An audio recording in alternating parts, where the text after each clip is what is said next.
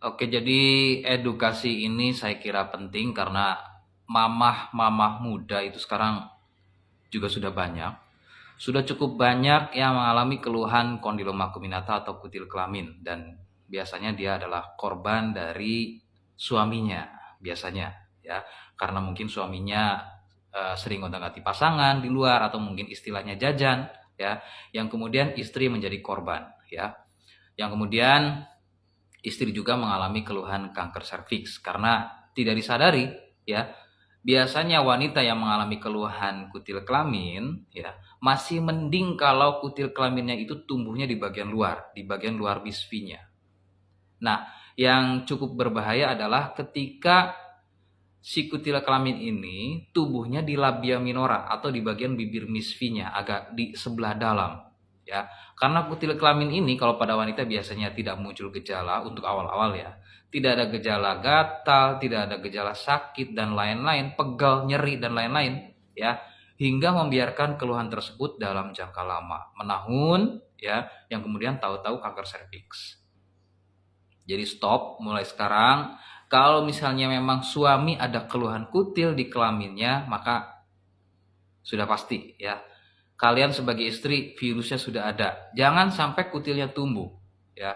Sudah jelas virusnya sudah ada, maka silahkan segera dilakukan pengobatan. Entah itu dengan menggunakan Gardasil 9. Mumpung kutilnya belum tumbuh, biasanya tidak harus operasi. Jadi nanti tinggal di Gardasil 9 aja, ya. Jadi nanti menggunakan produk Gardasil 9 untuk mematikan si virusnya. Nah, untuk suami, karena kutilnya sudah tumbuh, maka tidak hanya menggunakan produk Gardasil 9-nya aja, tapi dia juga harus operasi untuk menghilangkan si kutilnya. Jadi keduanya harus pengobatan. Kemudian untuk kedepannya stop. Sebagai suami harus hati-hati, kasihan istri jadi korban, dan istri juga harus, untuk sekarang harus tahu, ya, ciri-ciri keluhan kutil kelamin pada suami seperti apa harus tahu, ya. Jadi biar, atau untuk mencegah keluhan yang lebih berbahaya, yaitu kanker serviks. Jadi kalau misalnya sekarang sudah ada ciri-cirinya keluhan kutil kelamin, maka segera dilakukan pengobatan. Atau mungkin yang sudah sekarang gejala kanker serviksnya sudah ada, misalnya keputihan berlebih, menggumpal, warna kuning kehijauan, berbau menyengat, dan timbul pendarahan juga, maka silakan minimal bisa datang ke puskesmas untuk tes IVA. Itu minimal. Tapi kalau misalnya biayanya ada dan ingin yang hasil yang lebih memuaskan, boleh pap smear, ya. Kisaran harga 400.000 sampai 500.000 memang untuk pap smear. Tapi kalau misalnya untuk hanya tes IVA saja, datang ke puskesmas itu paling bayar paling cuma buat administrasi aja. Silakan. Ya minimal bisa tes IVA kalau sudah mengalami keluhan keputihan. Dan ini tidak hanya, harusnya keluhan ini adalah pada ibu-ibu yang sudah usianya lanjut. Untuk zaman-zaman dulu, ya. Tapi untuk yang sekarang banyak yang baru menikah saja sudah mengalami keputihan, sudah mengalami keluhan gejala kanker serviks. Yang tentunya kanker serviks ini pembunuh nomor 2 selain kanker payudara untuk wanita. Jadi harus hati-hati, ya. Nah, datanya udah banyak. Di puskesmas itu sekarang udah banyak mamah-mamah muda mengalami keluhan keputihan, mengalami keluhan kutil kelamin, ya. Dia dalam kondisi hamil padahal masih baru lulusan SMP, kondisinya hamil dan mengalami keluhan kutil kelamin. Ya, bagaimana lagi ketika mamah muda atau ibu muda ini hamil, kemudian dia mengalami kutil di bagian kelaminnya, biasanya tidak boleh melahirkan secara normal. Jadi harus sesar. Nah, itu yang harus dilakukan. Karena takutnya nanti ketika proses melahirkan, si virus HPV-nya ini menular ke si anak. Kayak gitu, ya. Jadi, mohon edukasi ini bisa disampaikan ke anak-anak kakak sekalian juga. Ya, meskipun baru SMP atau SMA, silahkan bisa disampaikan. Jangan sampai yang namanya hubungan seksual di luar nikah. Ya, karena apa? Jelas nanti kalau misalnya mau menikah itu kan ada yang namanya tes kesehatan.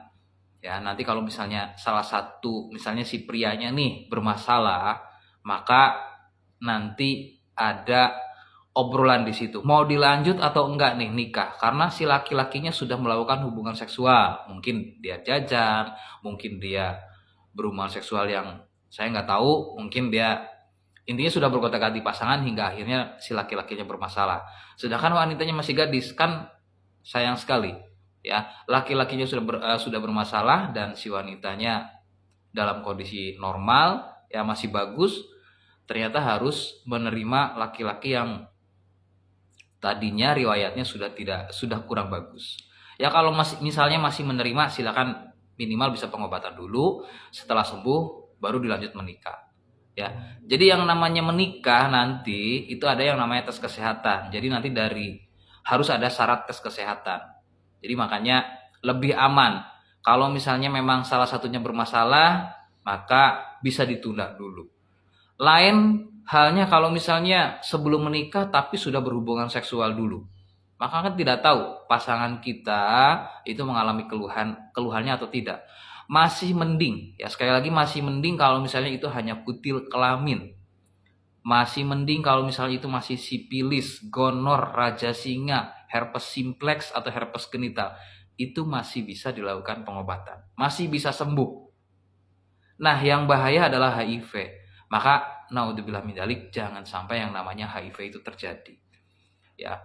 Nah, memang dari saya ada untuk HIV, tapi juga tidak bisa menggantikan ARV. Tetap harus rekomendasi utama tetap ARV untuk yang punya keluhan HIV. Jadi ada 7 botol produk untuk yang punya keluhan HIV dan rekomendasi tetap ARV. Kalau misalnya memang di sana mudah untuk mendapatkan ARV, silahkan bisa rutin untuk terapi ARV-nya.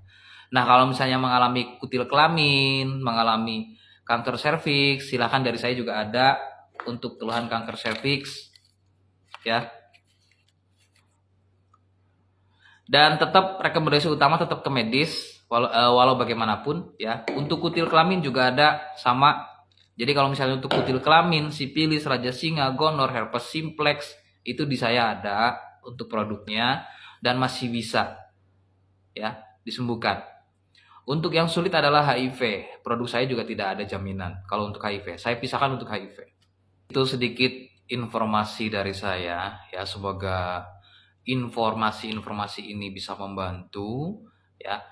Silakan yang ingin konsultasi boleh, ya, dengan saya. Kalau misalnya memang sudah terlanjur mengalami keluhan tersebut, bagaimana cara mengatasi keluhan tersebut? Rekomendasi utama tetap ke medis. Ya, kalau misalnya memang biayanya ada, silakan ke medis. Adapun opsi lainnya, misalnya mau konsultasi dengan saya dan ingin produknya, silakan bisa komentar.